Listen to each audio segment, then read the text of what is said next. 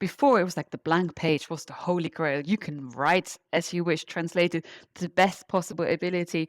Now new translators almost fear the empty page. They're quite happy to have a pre-populated MT or AI and then doctor it and make it right.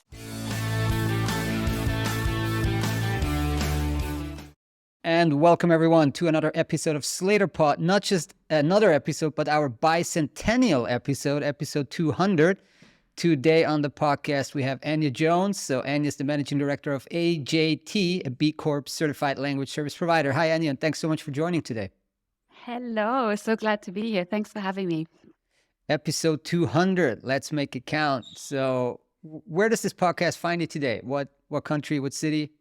I am based in Portugal on the south coast. So I'm joining you from a very, very sunny Algarve today. I envy you. Yeah, not so sunny here. Great. Well, that's a great sign for this podcast. So can you talk a little bit about your professional journey in the language industry? Like what led you to start your own LSP, your own kind of personally branded LSP at that as well?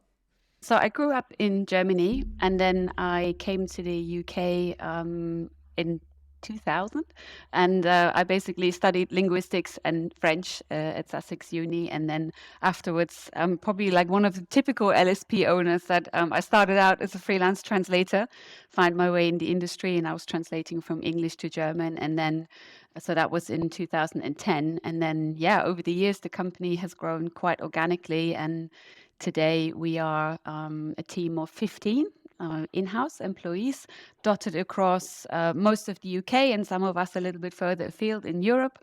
And then we have a team of around about 300 freelance translators that we work with on a very regular basis. So kind of came in sideways from linguistics, but I've always had a real love for languages. So translation seemed like a natural step for me.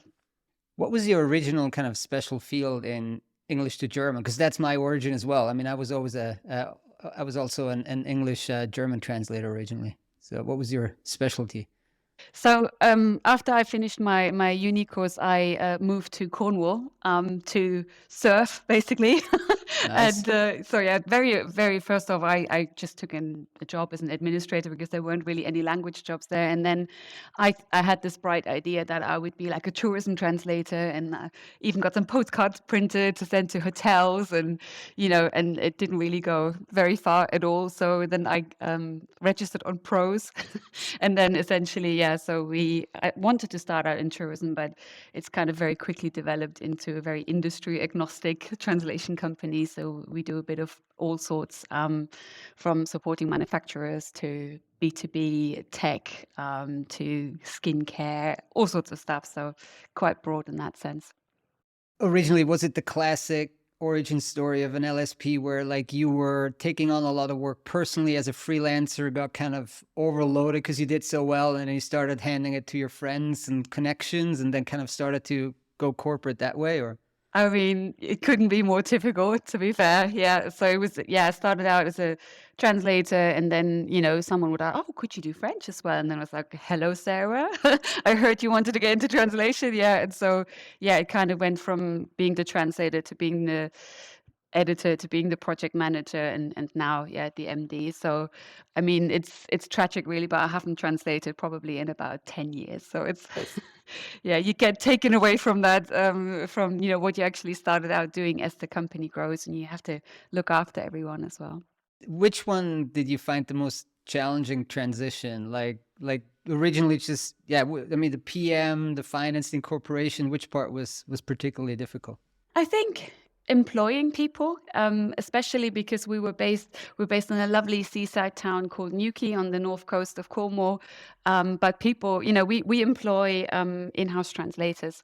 So people would come and we take them in straight out of university. That's one of the big things we want to do as a company, is to create pathways for people to enter the industry in a really safe and collaborative way. So we offer graduate positions to translators. But they were joining us like from France and from Germany. And I think I found the bit of looking after everyone all of a sudden, there's a big step for someone to move country to come to your company. So I felt like very personally responsible for everyone's well-being as well as career progression. And so yeah, that was quite a big step for me. What led you to employ translators in-house and still employ them in-house? Because I mean, there's, obviously a lot of the industry is just purely freelancer based. So where do you see the upside in that? I think it's kind of two things there. The one is that there's always that chicken and egg situation in our industry, right? So we have a lot of graduates who come straight out of university, and then it's straight into freelancing, and that's terrifying and also really tricky to get a foothold in the industry without kind of really underselling yourself or kind of maybe being exposed to some exploitative practices, because everyone wants to have an experienced translator to work on their content, but no one will give you the opportunity to actually gain that experience. So we wanted to kind of, break that chicken and egg situation and actually provide entry-level opportunities. And at the same time, we just always had like a really steady flow of work for English to German, English to French, enough to actually allow us to employ people in-house. And it's always been part of our story, I guess. And we've had lots of interns who've also joined us, for internships in our office. And now that we're fully remote, we do remote internships. So yeah, it's a big part of that. So you mentioned that you're very diversified in terms of kind of sector and text type coverage, but just give us maybe 2 or 3 kind of client case studies that really kind of convey what you do for your clients. One case study might be Substack. Have you heard of them as a company? So they're kind of a tech brand essentially that's kind of really grown big since COVID, and they're a platform that's for independent writers who want to build a more direct relationships with their readership and kind of not be influenced so much by Google algorithms and ad spend. And they contacted us last year because they wanted to start expanding into the European market. So that's what we specialize in. Essentially, we're specialists in the European marketplace. And so they contacted us, and we started off with setting up style guides and glossaries for the main European markets. And then we also translated landing pages to kind of for them to test out those new markets. And they'd already translated their app strings for the actual Substack app into German, and so we then did the review of their strings for German before they pushed it out into the market. So that's one example, and quite exciting because hopefully this will be a client that will be able to accompany over the coming years as they grow their presence in the European market. And then another one might be Nelson's. So they are the UK's largest manufacturer of like natural care products. So you may or may not know like these kind of drops called Rescue Remedy, and they basically are very calming for you. So lots of herbal remedies and stuff, and they're a really big brand. They have been around for many years, and they're launching a new product into the French market. And so we're helping them with everything that you can think of around, translating and localizing stuff for the French market, from the materials for the distributors and the stockists, point of sales displays that need to be localized, to all the way to then creating the ads for Google and social media to then help push that product in the new market. So that's just in a nutshell kind of two products, one very techy and one very a physical product. And also quite like consultative for both, probably even more for Nelson's than for Substack, where you like help them almost with market entry services and like cultural consulting type of work. Definitely. It's kind of, yeah, we sort of see ourselves as that guiding hand into uncharted territory. So I think translation really is just one part of that. I think, as translators, we're often also kind of cultural advisors, I guess, and also, I can't remember who said it on LinkedIn the other day, international risk management, which I think is a really good way of putting it. So we've done stuff like competitor analysis, and we also do keyword research for individual markets, and then the whole transcreation side and desktop publishing. So we're not like a full service agency, so we don't do voiceovers, for example, but we've got a good offering there to support customers who want to go into the European market.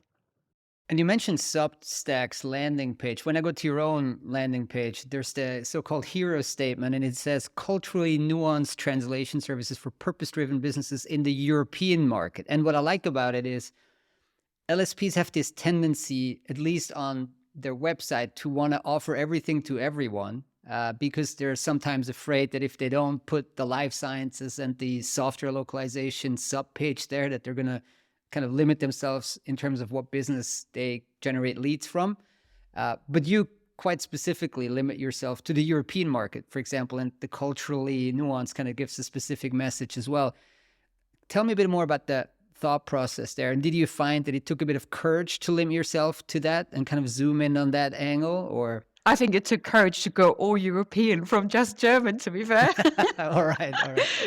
I'm naturally quite a risk-averse person. So when I first started, it was just German, and then it felt like a huge step to offer like English and French as well. And now we offer it for the entire European market. But yeah, I think it's one of those things, like sometimes when we do have like, a company that comes to us and they have like 16 languages, 15 are European and one is not, then we will take that extra language. It's not like we don't have the processes to do it, but I think we always think about how we add the most value to our clients. And, as a company, we are truly European, even though we're UK based. Actually, predominantly our team is from the EU. So we have Germans, French, Austrian, Polish. So we're kind of well represented. So we are European at heart. And I feel like that's where we are the most confident at advising people. And when you think about other regions, I always feel like you don't know what you don't know. Right. So, whilst it's perfectly possible for us to arrange like a Chinese translation of a website, there's so much more that goes into localization that's beyond just the written word. We don't just swap out one word for another, but, how people perceive colors, how websites are laid out, kind of differences in deference. Like there's so much that goes into that cultural element that I'd feel really worried about when, advising people around a culture or a region that I don't know about. So, but yeah, I think on the flip side, although sometimes often it's not so nice having to turn work away, I think it's a way of differentiating ourselves a little bit as well, and not being everything to everyone, but having like a true specialization. Yeah, I think it makes sense. Now, in July, about 1.5 years ago, or actually a little more, AGA-T became a so-called B Corporation. So when we did our research, we found that you're a B Corp certified, and this is provided by a company called B Lab UK, or I'm not sure if it's even a company or some type of association. So what is a B Corporation in the UK? And like, can you tell us a bit more about the company or organization that does the certifying? Yeah, absolutely. So B Corp, for those listeners who don't know, is essentially, in very simple terms, it's a worldwide movement of businesses that are not just profit driven, but who balance profit with looking after people and planet as well. And it sounds maybe like a little bit hippy dippy if you've not heard of it before, but it's moving to a more conscious capitalism model. And it was started in 2007 in the US. And so it's been around for quite a while, but since then it's gained quite a lot of momentum. And today there are over 6,000 companies worldwide that have a B Corporation status. And we're in really good company, because when you think about companies like Patagonia, Alpro, the soy milk manufacturer, Tony's Chocolonely's, the French fashion brand Chloe. So there's huge amount of recognizable brands who are B Corps as well. And I think it kind of shows that maybe businesses are starting to wake up to the fact that the outdated model of just chasing profits isn't quite sustainable. Like chasing profits is not the only thing we should be doing when we're running a business. And so we started our journey to B Corp, as we like to call it, back in 2020. We were just celebrating our 10-year anniversary in business, and we're doing a bit of soul searching and thinking about where we want to go next as a business. And B Corp struck us as a really a good next thing to aspire to. And part of that was that we've always thought of ourselves as a very ethical translation company, and gaining the B Corp certification was essentially a way for us to show to the world, to our clients, to our translators, and to our internal team that we really are who we say we are. And so, yeah, so it's B Corp is managed by B Lab. So they're an international non-profit organization. And to become a B Corporation, you go through this self-assessment process. And there's basically 5 different pillars you have to kind of get assessed on. So it's workers, community, environment, customers, and governance. And so there's a huge set of questions you have to work through, and you have to answer them. And each section has like a number of points you can gain, and you need to get at least 80 points to become a B Corporation. And so we went on like a nine-month journey to create 27 policies and kind of formalize some of the good things we were already doing in the company. But we also, we benchmarked our salaries, we reviewed our paternal and maternal kind of policies, and we looked at how we can improve our environmental impact. So we set up like a green committee. So now we have people in the business who essentially drive better business practices around sustainability for our team. So it took us 9 months to prep, and then it took about a year to get assessed, and then we finally got the B Corp stamp in July 2022. It's a big moment for us. Can imagine. Sounds like a kind of an ISO certification time 10x type of exercise, right? Yeah, for sure. And it's not like once you've got it, then you're fine and you can just rest on your laurels. You have to submit an impact report once a year that shows everything you've done for the past year and what you're planning to do for the next year. And then you recertify every 3 years. So there's no time to rest, and you're constantly pushing to become better and more sustainable, essentially. Now, the language industry is probably one of the most competitive industries out there. 10,000 companies probably globally, hundreds of thousands of freelancers, so much technology coming in. Now, are there kind of trade-offs that you face? Because, I mean, this is not immediately, the point of this is not to be a profit-generating exercise, almost the opposite, right? So you're trying to kind of balance the profit motive with ethical and other considerations. But you still have to run a business. You still have to make money to keep the company alive and grow and pay your staff. Now, but is there still are there real tangible business benefits from being a B Corp, like in the marketplace, like on maybe some clients who prefer to do business with a B Corp, or do you see some type of marketing or branding value come from it? Yeah, I mean, I think it all starts from a place where you have to be the change you want to see in the world. I think that's where it starts from. So for us, it was very much a personal mission to kind of get the certification, because we wanted to see our personal values reflected in the work that we do. And, when you take that a little bit further, it's not just me, but it's also all of our team, right? We've got a really young team, very engaged socially, politically, environmentally, and it's really, really important for them to work for a company that cares about more than just profit, but that also cares about the environment and social justice and things like that. So it seems like a long way around, but actually when you look after your people, like your internal team, but also the translators, and you pay fairly and you're respectful and you create better, more collaborative working environments, that actually has a knock-on effect on the work that you produce, because your translators produce better work. They're more engaged with you. They want to stay with you because they enjoy working with you, which means you're keeping and building that expertise on your clients' products and services. So the tangible benefit is one that is actually, by treating people well, you actually produce better work, which means you're attracting more clients.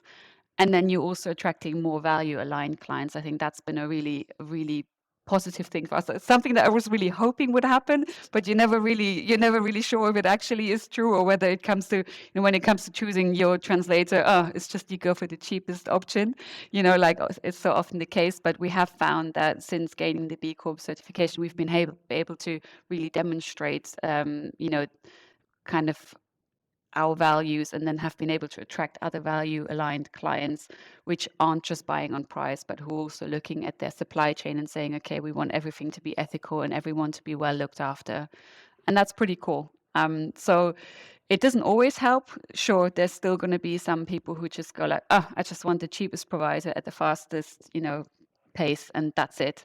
But for us, yeah, I think it's the tangible benefit is like the retention of the team, and then producing better work for clients, and then with that, attracting other clients as well.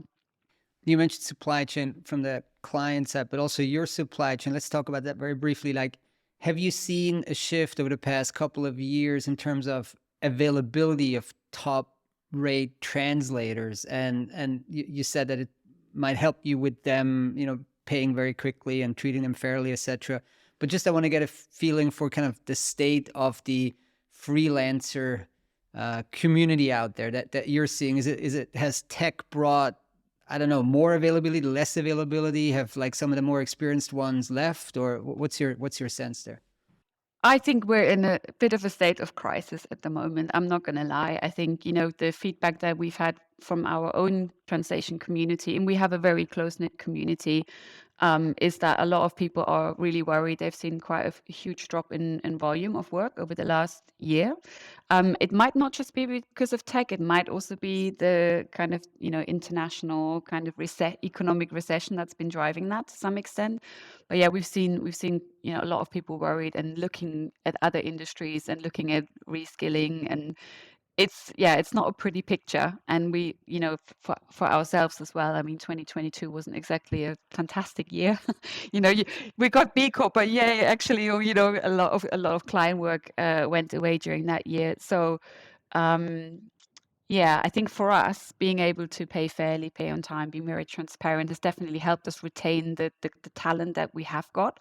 But we are going that one step further. So just to give you a sense, we have about 300 freelance translators. We have a Slack community where everyone is part of that. So you have we've always had a Slack community where we've had private channels so people could actually collaborate on projects together.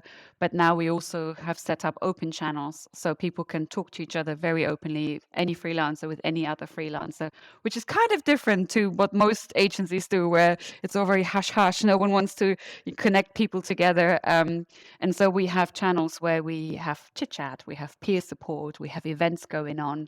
And, so we do get a lot of kind of, conversations going in our Slack community. So, and we talk a lot. We have an AI channel just for AI, just to talk about, share some funny examples about what we come across in our work, but also share worries and things like that. But yeah, so we do hear a lot about people being really worried and having less work. So I'm sure we'll talk about that a little bit later on as well. But Yeah, tell us. I mean, like, we had in the language industry, we had the kind of the neural machine translation thing back in 2016, 17, and now a couple, like 18 months ago, ChatGPT came out. We all tested it, we played around with it, and now we're trying to absorb what it actually means.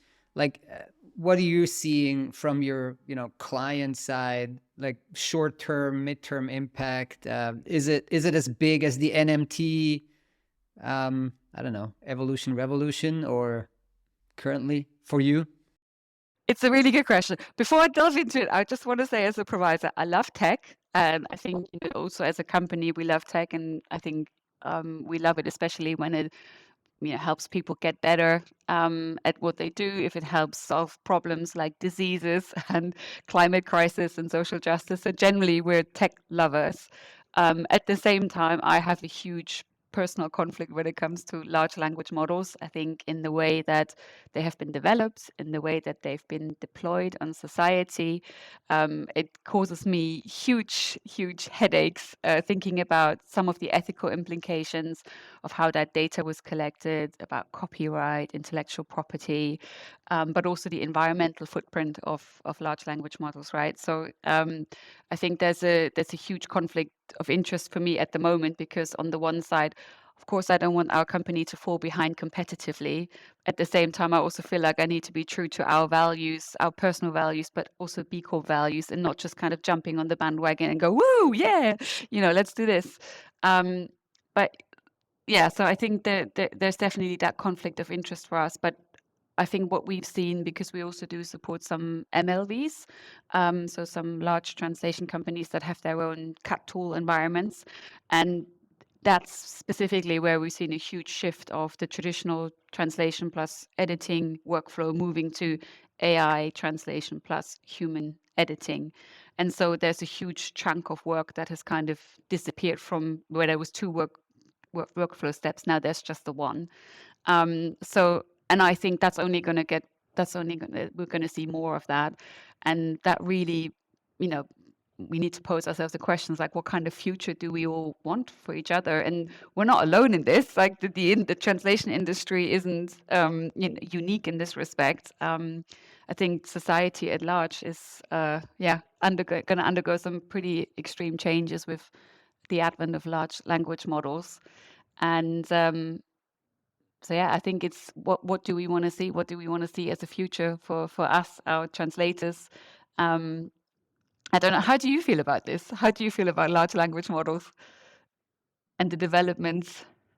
So, I mean, it's crazy. We now have machines that can write in multiple languages. I think that's the shortest possible version. And that obviously is going to have, or is already having, a big impact on this industry and on many, many, many, many other industries, right? I mean, before that, all right, you had input and then output. Now you have prompt and output. So that'll have a big impact. Now, I think in the short terms probably is overhyped as usual, and then in the long term, I mean, there will be big ramifications. I think the whole language industry once again has to retool, but we've been through this before, and we are trailblazing in that regard compared to many other industries. I mean, there's so many, even like white collar intellectual professions that are nowhere near as far in that adoption curve as the language industry. We're probably, top 2 or 3, because as you just described, I mean, a lot of the workflows have already switched to basically being that human/expert in the loop. So we've managed that, and we're still around. And these models, I mean, they're good, but I don't see a massive disruption in the next 1 or 2 years again. I mean, they're so good already that whatever value the language industry puts on top of it is probably not going to go away in the next 1 or 2 years. So, yeah, I mean, tough, but ahead of the curve when it comes to adoption. Now, really interesting. For you, people talk about this human in the loop. We keep pushing at Slator the term expert in the loop, because I feel that a human is not enough anymore. I mean, you need to be an expert to add value to that output that you just described that you're getting from these MLVs. Like, would you concur, is the output that you're seeing really so good that only a true expert in the field can add value? Or do you feel like sometimes you're still getting like fairly raw output that, anybody could add value to? You know what? It seems to vary a huge amount based on content type. So sometimes things like DeepL or neural machine translation outperform AI translation. Other times AI translation is doing quite well and requires minimal changes. I think the expert really is not just linguistic, it's also cultural expertise. And I think that's the really important thing we need to remember. And I think CSA research call it human at the core or human at the center, which I quite like, only because anything where the human or the expert is just in the loop, it feels quite diminutive and kind of sidelining, when actually, translators do really play a massively important part in getting translations right for their end clients. So I feel putting them at the front and center of the translation universe or ecosystem feels more respectful and more dignified to me as well.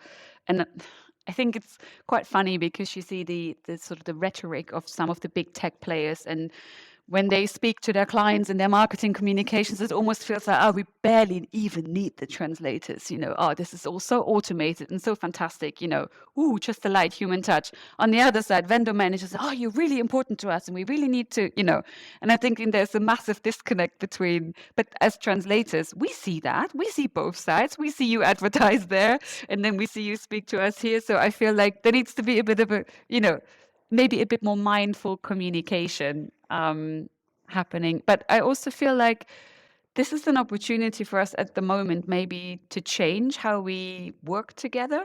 I feel like we have this massive ecosystem of MLVs, LSPs, individual translators, but we're not communicating. Like, we're not really talking to each other. And often it can feel like, if you're an individual translator and you see these big tech companies pushing out these AI workflows where there's barely any human involvement, that can feel really demotivating.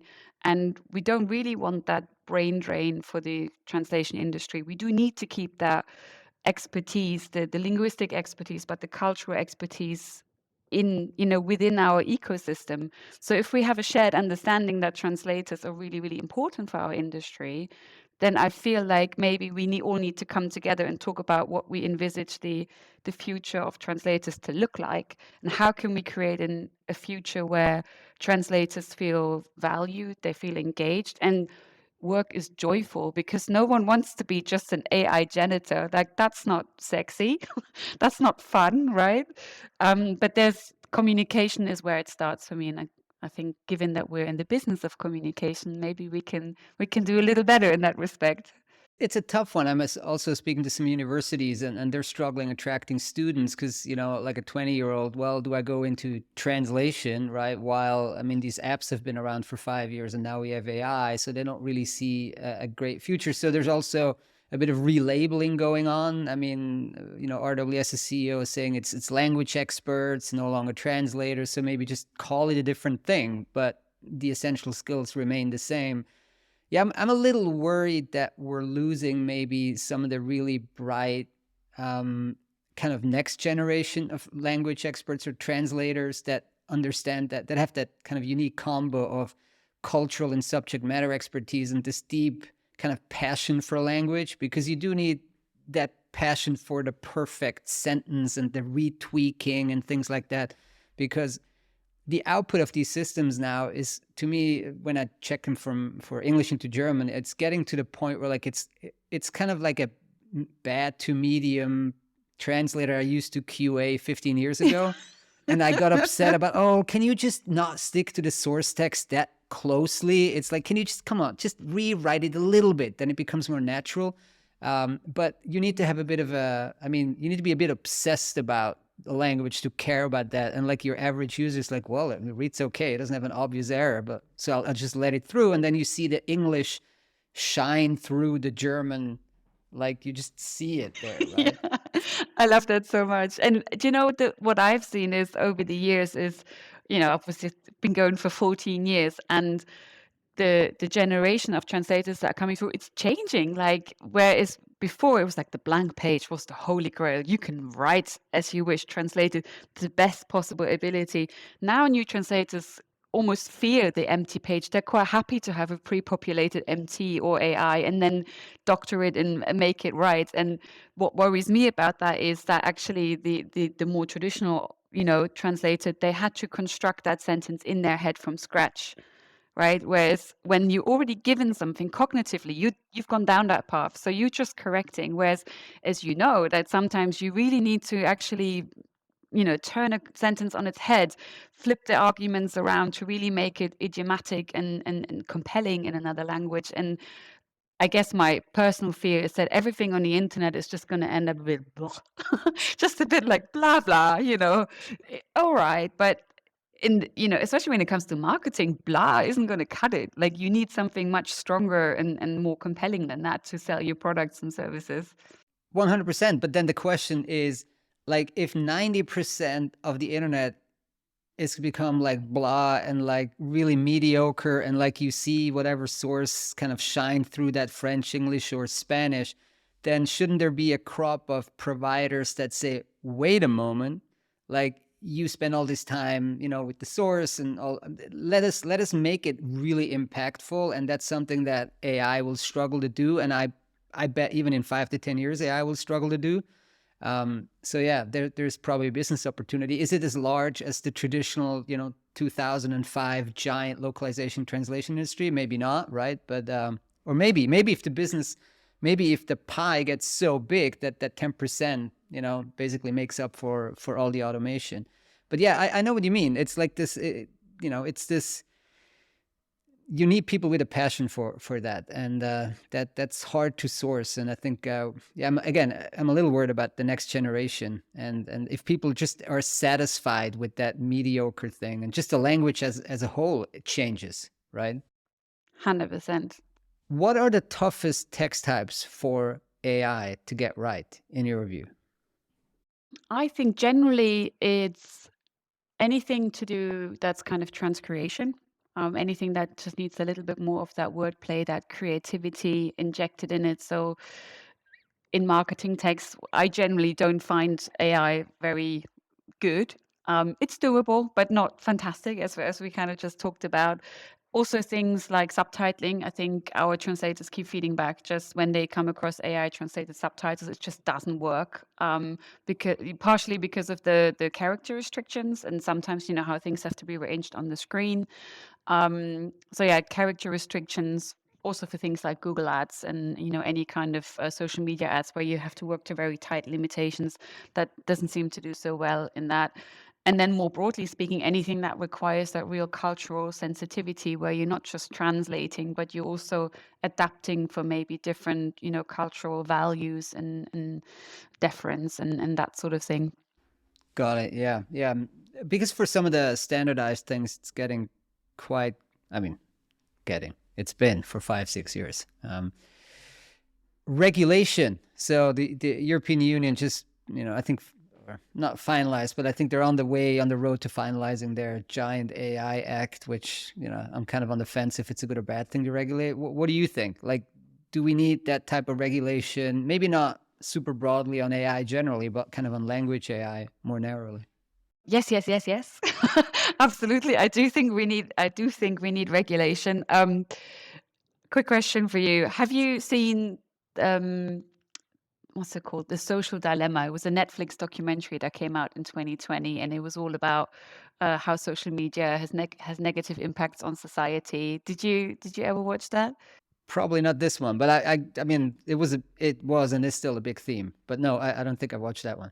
Well, that documentary was produced by the Center for Humane Technology, and those guys who produced it, they came out or they posted on YouTube about a year ago, kind of a presentation they gave to tech leaders in the US called the AI Dilemma, and it's just over an hour long. Recommended to anyone to watch it. You will have sleepless nights afterwards, but I think it kind of really highlights why we need regulation of large language models, because there is so much potential opportunity, but there's also so much potential risk of things, how people can exploit large language models in general and AI to cause some real harm. And it talks in that documentary a lot about how at the moment you've got these developers of large language models, and they're all in that massive race to be the first to market and to be the best and have that massive market share, but not really putting the safeguards in place to actually make it safe for society. And at the moment, yes, regulation is catching up. So obviously, ChatGPT came out almost a year ago, and everyone and their uncle is on it and using it to write emails, presentations, to generate images, and now videos. I think as of this last week, but it's not always safe. So I definitely think we need AI regulation. And I'm like, as a business owner, I'm going to be looking to the AI Act, the EU's AI Act, to help me decide how we could potentially safely use large language models in our business, to kind of help drive it forward and not fall behind the competition. But for language industry specifically, I think we do need some regulation. I don't know in what way it could happen, but when I was thinking about, I think you spoke about it in your podcast not so long ago, when the Argentinian president was giving a speech, and then it was audio translated and lip synced, so you could watch him in German. I think that has some horrendous ethical questions around that kind of technology, you know, and in the world where we barely know what's real anymore, and there's so much deep fake technology out there, I think there needs to be some regulation to protect consumers. So they have an idea of what it is they're actually consuming. Was this generated by AI? Was this generated by a human? But also to protect the people who are, like the companies who are pushing that stuff out there.